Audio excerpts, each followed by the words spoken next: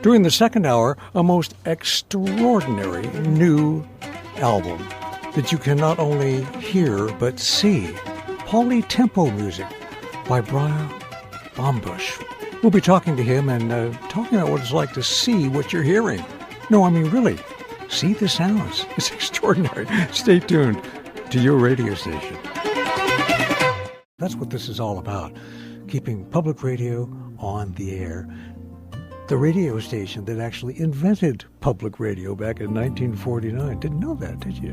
Do stay tuned. When we come back at the top of the hour, you're going to hear music that you won't believe. You won't believe your ears, I guarantee you. But what's even stranger, you won't believe your eyes. Imagine a new album from Other Minds and Brian Baumbusch that not only tickles the eardrums, but the gray matter in between, as well as your ocular nerve, because this is an album you can see. And I don't mean videos of the people playing the music. I mean the music. More about that coming up at noon. It's the Global Village. I'm John Schneider. Stay tuned.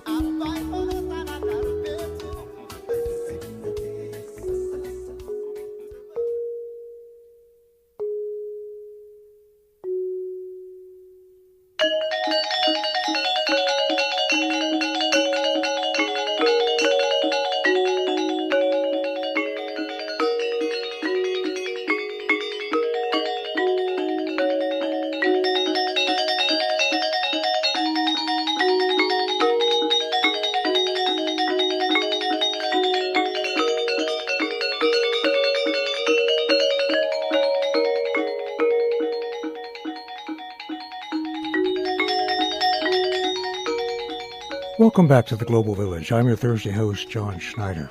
During this hour, we're going to be experiencing, and I do mean that in the fullest sense of the word, music of Brian Baumbusch. If you know his music, you know that there's heavy involvement with, of course, Indonesian music, but he also does the most extraordinary thing. He has made his own instruments and taken them across the world. He's an amazing composer and a fascinating individual. We'll get to some of that music in just a minute. It's the Global Village here on KPFK.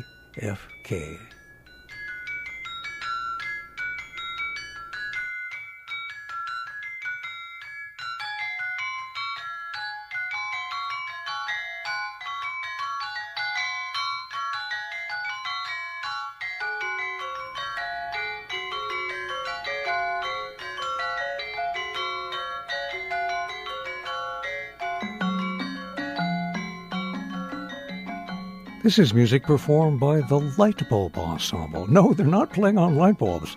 They're playing on instruments that were built, tuned, and composed for by Brian Baumbusch and his partner, Wayne Vitale.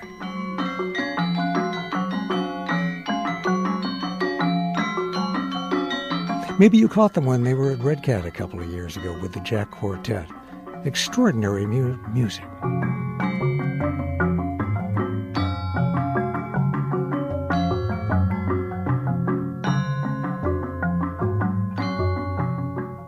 Baumbusch's music has been described by the Washington Post as exuberantly complex, maddeningly beautiful, and as intoxicating as a drug.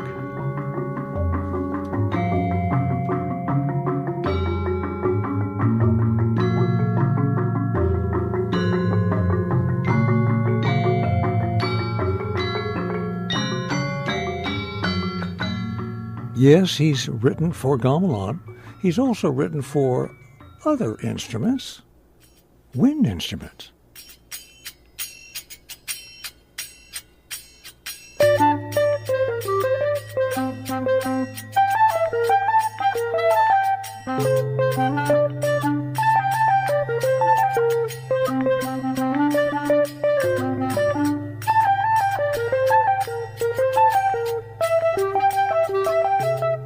This is the tune King Tut from his recent album, Effigy.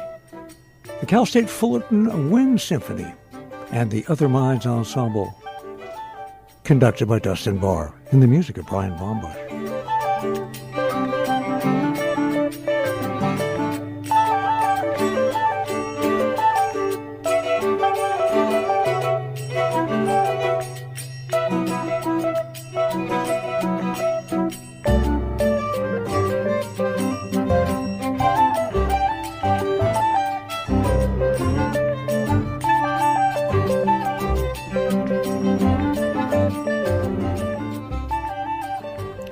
that was then. There's a new album out. It's coming out next week, as a matter of fact, on Other Minds Music. And it's a whole nother situation. The album is called Polytempo Music. And as the title suggests, there's a lot going on. Is it a wind ensemble? Well, sort of. Is it a gamelan? Not quite. Who's playing? A wonderful band. The San Francisco Contemporary Music Players. And the album will take your breath away.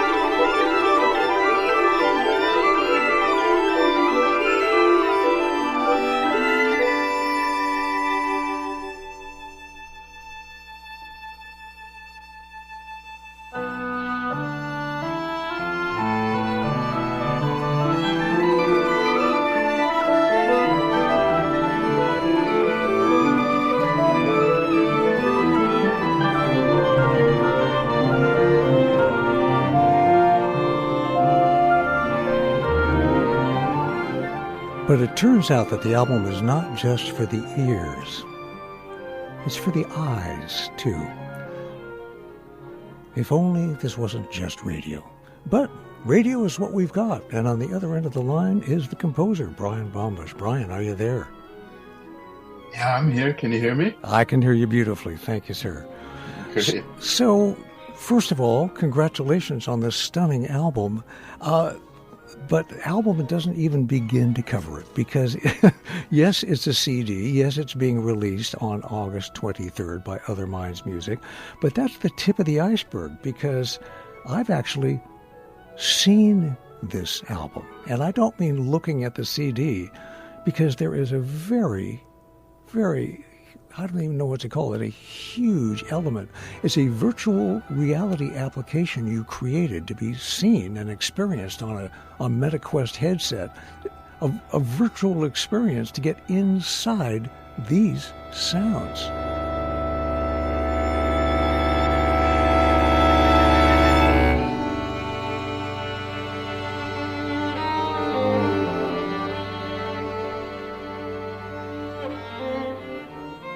And it turns out you don't even need to have a VR headset, too. You can even see it on your cell phone. Brian, what's up? What would people see if they were seeing what you could see when this music is playing?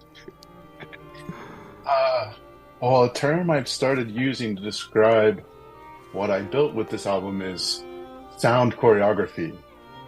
That's sort of more of, let's say, a layman's term. I'm actually this week submitting a full patent for what I call spatial audio animation. And what that is referring to is a three-dimensional environment where sound moves around in an animated and carefully choreographed way. So if you're viewing that environment in, like, for example, with a VR headset, then what you'll see is the sound positions being carried around by these essentially little renditions of speakers. And then as they move around, they draw a trail that shows you this three-dimensional waveform of the sound that's emitting out of those positions. So I wanted to build this in two different ways. One would be the fully immersive way where you could put on a VR headset and be in this stadium-sized stage where you're in the middle of this sound world. But I also wanted to create this sort of snow globe version of it, where you could use a cell phone and see that world, you know, as a third person viewer, and also see where your listener position is, and then fluidly move that listener position around. And moving around the environment changes how you hear the music, because as you get closer to the sound sources, you'll hear them more prominently.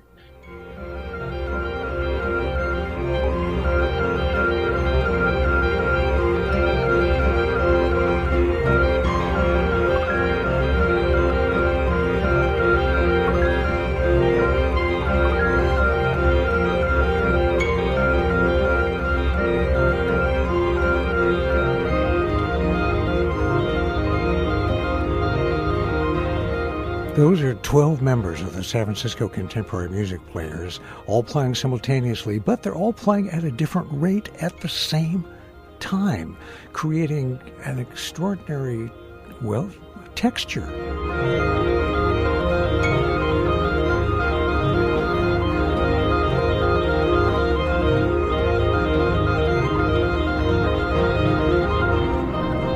But to watch them dance around a screen while they're dancing around your head is quite an experience. You know, the third movement of this polytempo music uses a word you've used in a couple of other compositions too, the whole concept of murmuration.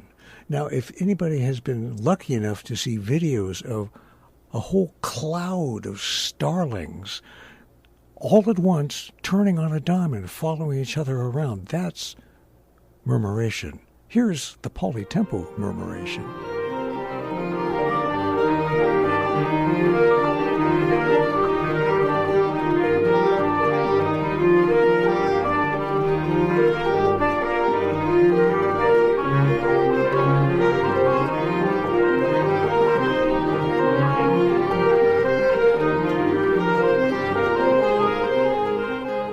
Brian, what would people see while they're murmurating? Well, the animation for this movement carries all of the 12 sound sources around this three-dimensional stage in a really complex but subtle way. And in order to describe it thoroughly, I'd have to talk about C-sharp scripting because there's a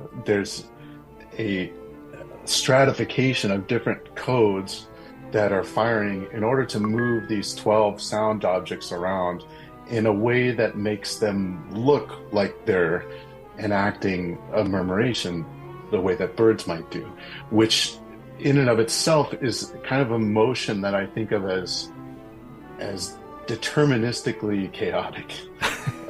Meaning, you know, it looks chaotic, like it would be very hard, if not impossible, to predict what it's going to do.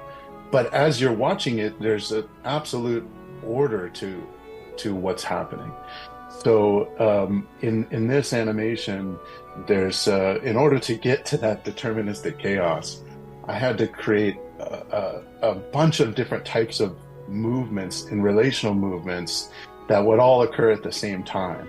And so you see these 12 sound sources kind of moving together, but also moving separately, but then they're able to change positions at the same time, which is sort of one of the marks of what I find to be really compelling of watching a true murmuration.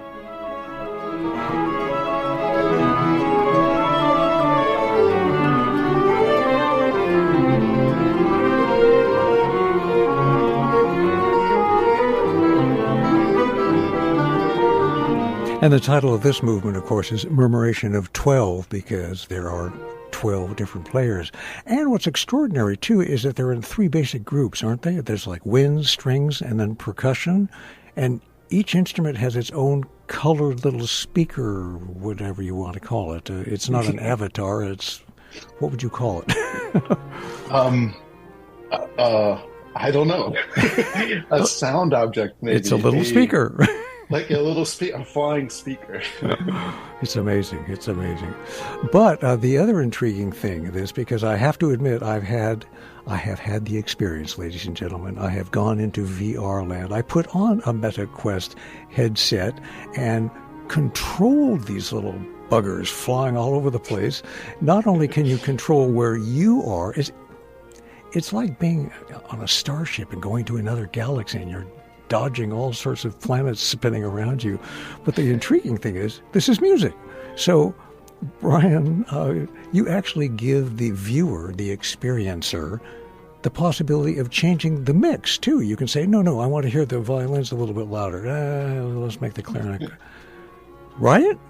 That's right. And in this movement, I did something really cute, which is, since the official title of it is Murmuration of 12, but since I've given the listener the ability to change what instruments they're hearing, if they were, for example, to isolate just the wind section and listen to that, which is a three-piece wind section of oboe, clarinet, and bass clarinet, then the title that they would be looking at in the application would say Murmuration of 3.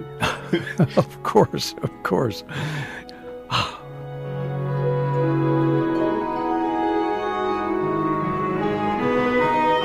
I'd love to demonstrate that for you right now, but sorry, we're not in virtual reality. We are listening to an actual physical CD, which is going to be released on the 23rd. And that's just one possible performance of Polytempo. Is that right? You could put it that way. Yeah, I think when you say one possible performance, what that's sort of getting at is this idea that the music kind of beckons different ways of hearing it. Mm-hmm. And to me, I think that's very true and important to how I wrote the music. But it's not the case that the notes would change from one performance to the next. Oh, of course, of course. Just what would change would be how you're hearing the music, and also what you're choosing to hear of the music. And I think that kind of gets at the core of what my goal was in creating this whole thing, which was, the first thing I did was to write a very dense piece of music with a lot of layers and a lot of complexity.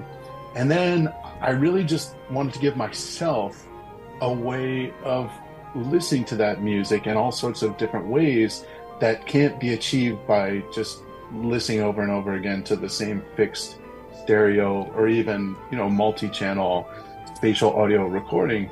And I feel like, what I was trying to accomplish, because I'm a builder at heart, I love building things, but I feel like it's important to me to first make the music. I mean, at my, my first goal is to build music. And then if I can make music that is worthy of like a complex, let's say listening or, an interactive or presentation, perhaps. Yeah, presentation.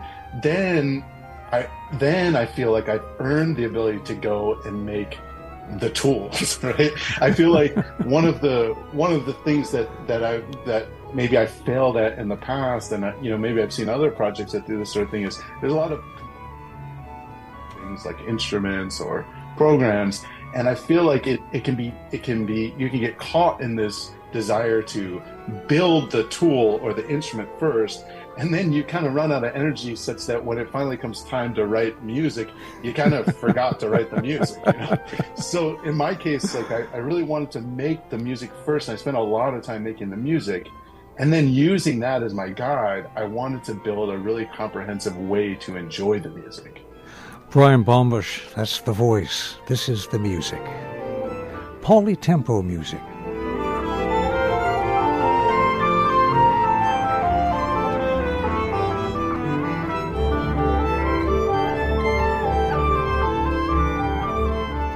Well, one of your movements seems to cut things down just a little bit, because after all, isn't a pas de deux a dance of two?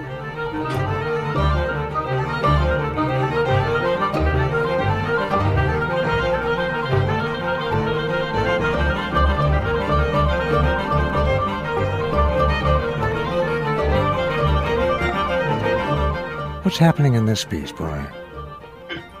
Yeah, the dance of two in this case is referring to the fact that there's two different tempo streams that is dispersed throughout the ensemble. So you have a collection of instruments that's following kind of a faster tempo stream, and then another group of instruments that's following a slower tempo stream. And they're working kind of in coordination with one another, such that they're different tempi for a while, and then they converge to become the same tempo, and then they diverge again to become different tempi, and then they converge again to become the same tempo. So it creates this sort of tempo dance, as I think of it. And in the sound choreography, as I call it, the way that I've designed those sounds to move around is that when they're in divergent tempi, they're in different spaces in this three-dimensional stage. And then as they converge to have all the instruments playing in the same tempo, all of the instruments converge onto a singular line array, like as if you're watching a contra dance or something. They're all in a single line moving together. And then as they diverge again, they spatialize into different parts of the stage. And the reason I did that was I wanted to give myself the opportunity to go into that sound world and choose where I would be as the listener, so that if I wanted to hear the faster moving group of instruments, I would just position myself at the top of the stage, and that would be in the foreground of what I was hearing. But then if I wanted to change and hear the slower group of instruments, I can just move to the bottom of the stage, and then that will be in the foreground of what I'm hearing.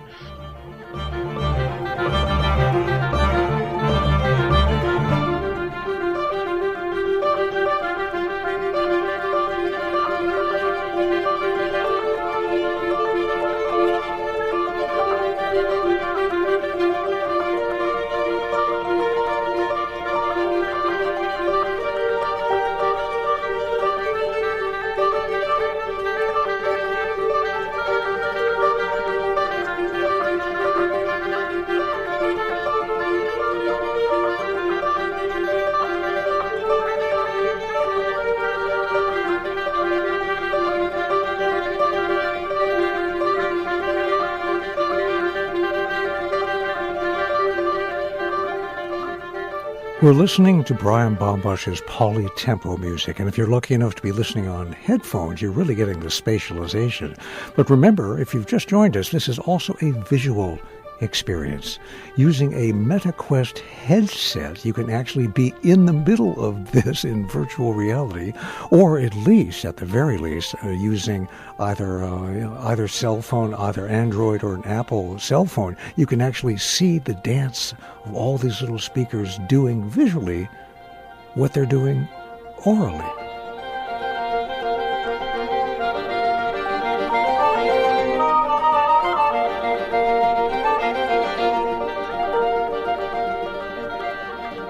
Brian Baumbusch is my special guest today, and yes, we'll give you a chance to actually get a copy of this experience. Not just the CD, but also download the software that allows you to do that. Everything's being released on August 23rd from Other Minds Music.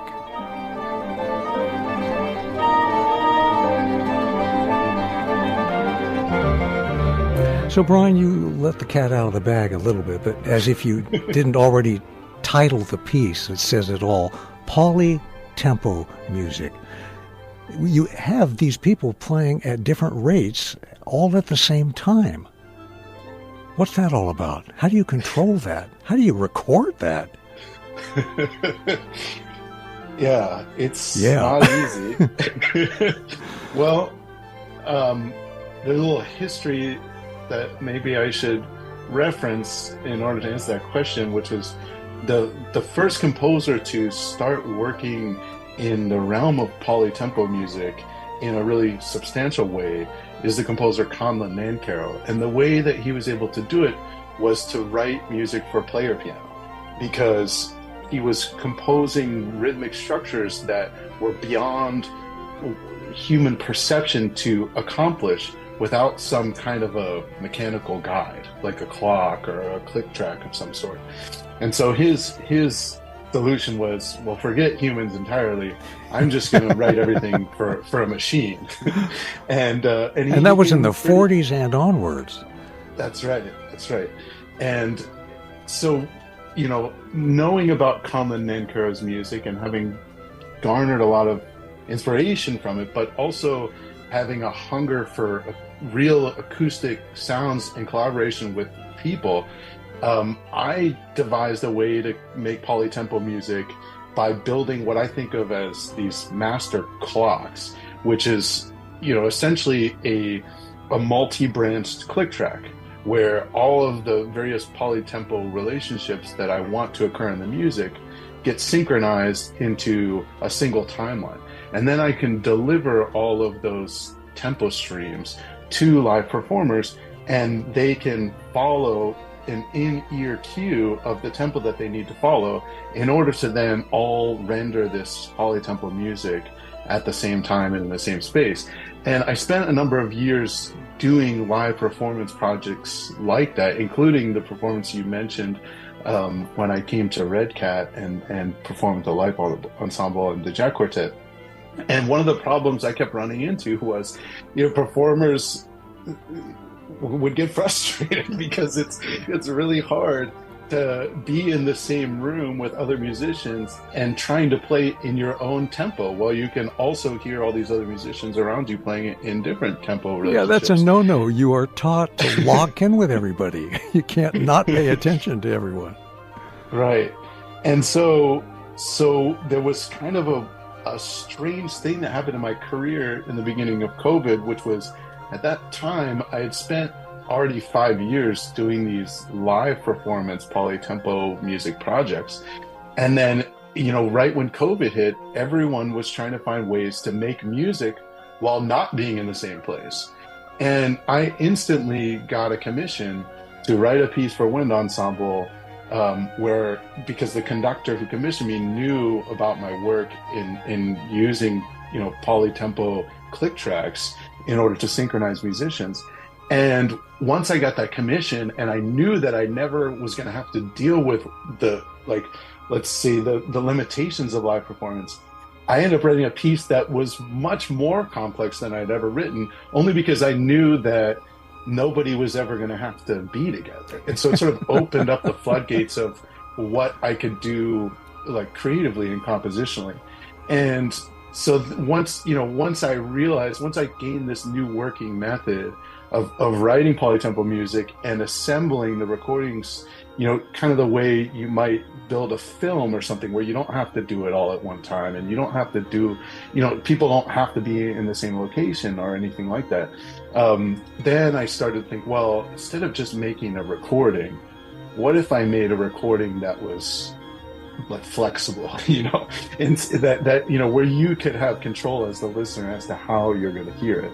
Because once I had all of these discrete sound files, essentially, there was no reason why I couldn't then do what I did in polytempo music, which is to build them into a three-dimensional space. So the recording of it was, it took almost a full year.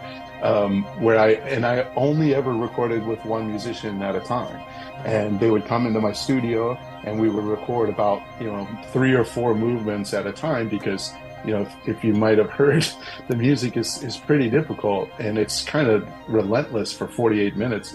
So the musicians requested to not have to record all of it, in one chapter of their life, sort of, let me record a few minutes and then go take a breath and do some other stuff. And then I'll come back a few months later and record another few minutes, or a few movements. And it was spread out over, a 9 or 10 month period. And then, meanwhile, I was doing all of the software development to get those recordings kind of built into this sound choreography. We're talking to Brian Baumbusch. The piece is called Polytempo Music for the 12 performers chosen from the San Francisco Contemporary Music Players.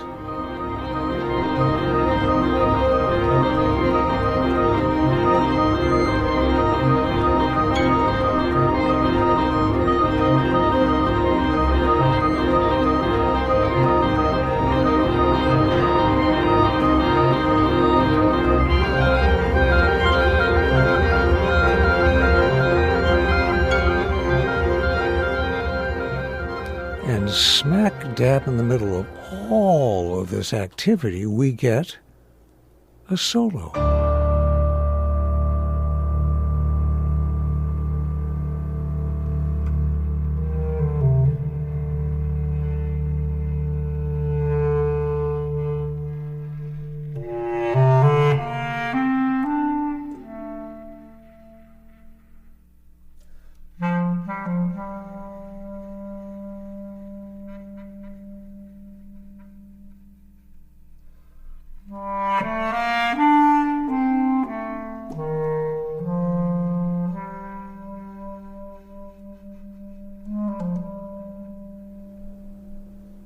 And there's a story behind this, too, because this movement is called Azan, which is, of course, the Muslim call to prayer.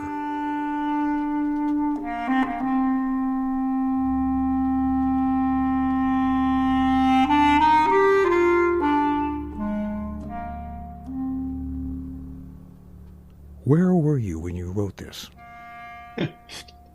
Yeah, it's a very vivid memory for me. Uh, I was in quarantine in Jakarta on the 19th floor of this sort of monolithic hotel for 10 days. And I was on my way to Bali to record the album that you played on the onset of this interview. And at that time, I had already gotten the commission in line to write Polytempo music. And I knew I was going to have this 10-day period where I wasn't going to have to take care of my 2-year-old son or worry about food or anything because, when they lock you in a room for 10 days and don't let you leave, they at least have the responsibility to feed you. So I brought my own coffee and would get these meals delivered to my room, 3 times a day for 10 days. And I treated it like an artist retreat. And I ended up writing almost half of the music to Polytempo music, including this movement, Adsan. And the reason I called it that was I could hear, being in Jakarta, which is a Muslim city, I could hear lots of call to prayers throughout the day from where I was up high. Five times a day, right? Exactly. And so it was a bit inspirational to me just to think of kind of my solitude in that moment of writing this music, and I wanted to create this moment in this piece that would bring the listeners into that solitude, and also there was a bit of another underlying kind of significance to having this solo in this otherwise very dense piece of music for 12 players, which is that being Polytempo music and then spatializing it in this kind of hyper spatialized way, I thought that it would be really nice to have a moment where everything went back to just being mono, right? To harken us back to the way we evolved to hear music, which is often boils down to a single voice in monophony. And in the recording, in the history of recording, all recordings started as mono. So I wanted to have a moment, and this comes right at the halfway point of the piece, 24 minutes into a 48-minute piece, that would give everyone a chance to kind of have some stillness before breaking back out into this deterministic cacophony.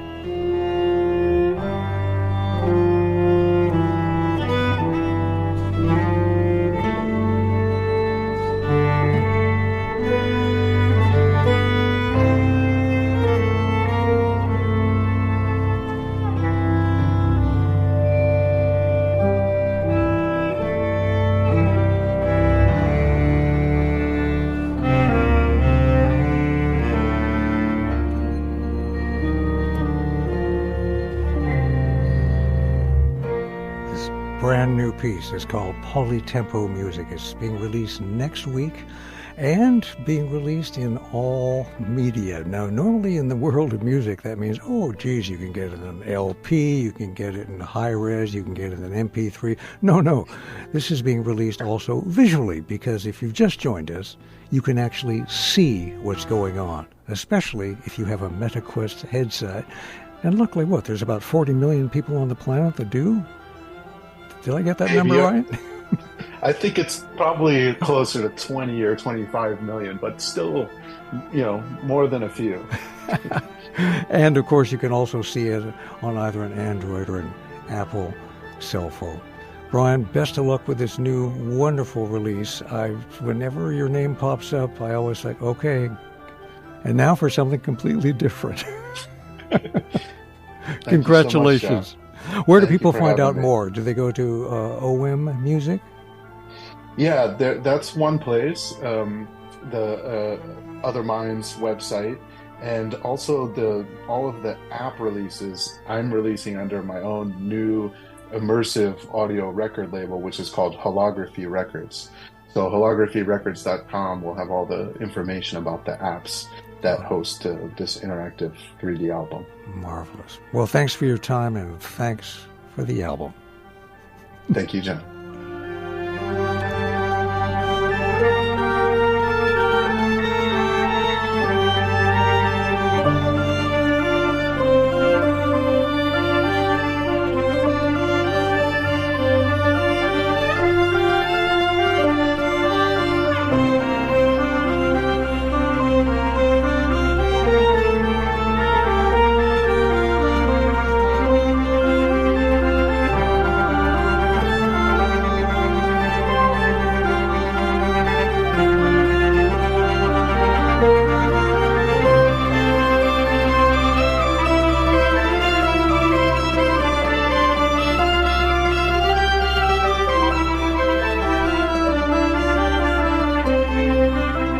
It's the Global Village, music from around the world and around the block. And that's more like around the universe with this music. Hey, Donna, what do you think about this? Isn't this amazing? You know, this is really right up the alley of your dedicated followers, John, because I have trouble with just one tempo. So, you know, but the thing about what you do each and every week is I always learn something. And that certainly has broadened my musical horizons. I know it has broadened the musical horizons of your listeners. And what I think is kind of funny is when I look up Brian, actually on his website, it says a classical composer, experimental opera, other/non-classifiable. So I think that is absolutely true. And that's certainly what you do here each and every week here on Global Village. So, and of course, we like to have John do his thing. And so we've got the Brian Baumbusch Polytempo music. It's kind of above my head, but well, let's put it this way. If you don't feel like getting in the car and going to the bowl or even up to Venice Boulevard to the lab, how about a virtual trip into a universe far, far away? It's kind of scary to me. It looks and sounds like this.